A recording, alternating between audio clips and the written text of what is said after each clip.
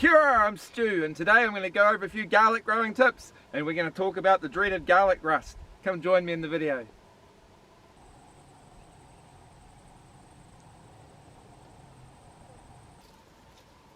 Okay, so tonight's a pretty special night. We have a super blood moon.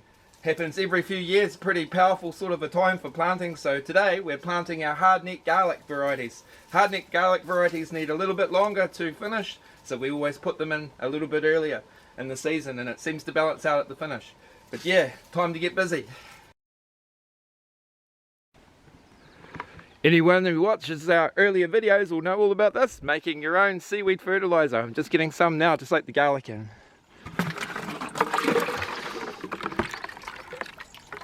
Even got a bit of ice in that one. Okay, we're down at the beach gathering up some free seaweed for the garden. When you're gathering up seaweed, make sure you get a mix of different seaweeds, because all the seaweeds have different nutrients that they can benefit the garden with.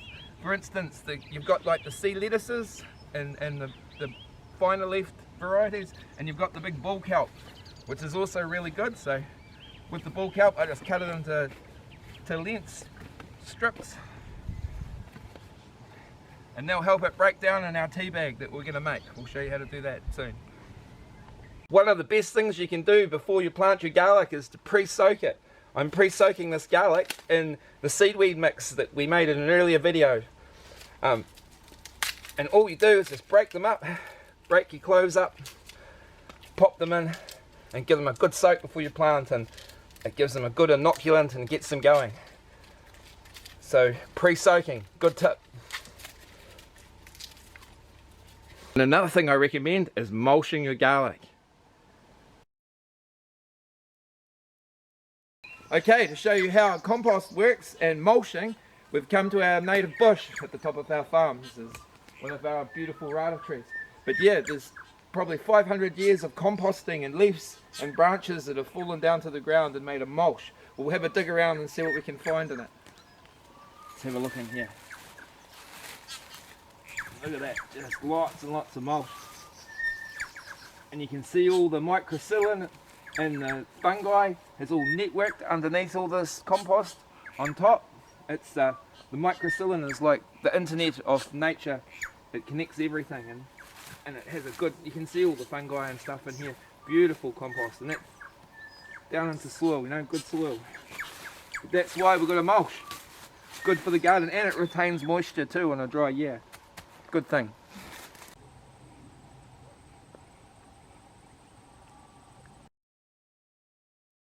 Okay, garlic rust. Garlic rust is a big problem in the garlic industry.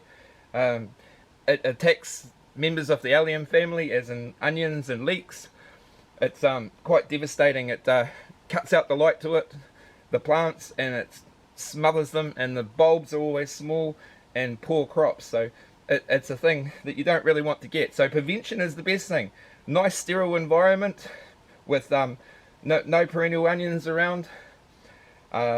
Make sure there's plenty of air circulation where you're planting your garlic. That's the big thing. I see a lot of rows of garlic up next to fences and stuff with very little air circulation. Air circulation is important to circulate around. And also we have a fungal spray that's pretty good in the early stages of it, of wiping it out. And I'll show you how to make that right now. Okay, to make your antifungal spray, you'll need a bucket. You'll need some dishwashing liquid, preferably organic if you've got it. Some cooking oil, spray bottle, baking soda, and some liquid seaweed. Put the liquid seaweed into the bucket. Take your baking soda, and depending on how bad your infection is,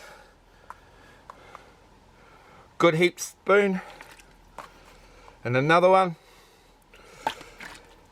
You could even go 3 if you've got a really bad infection with rust. It will clear it up good.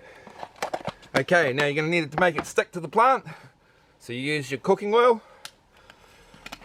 bit of a pour in there, because give it a bit of a stir around with your spoon. Because oil and water don't mix, you're going to have something that will mix it and blend it together. And that's where your dishwashing liquid comes in. So a good squirt of dishwashing liquid and it'll go sort of a milky cloudy colour. Give her a good mix in until it goes milky. Can you see the milky colour in there? It's about what you want. Pour it into your spray bottle and you're away. When you're spraying the plants, make sure you spray the whole plant. Don't leave any unsprayed and it should clear it up for you. If not, knock it back. How's that? Hope you found those pointers helpful for you and you have a great growing season. I'm here with my wife. Hi guys. We're just about to go and start planting. Have a good day.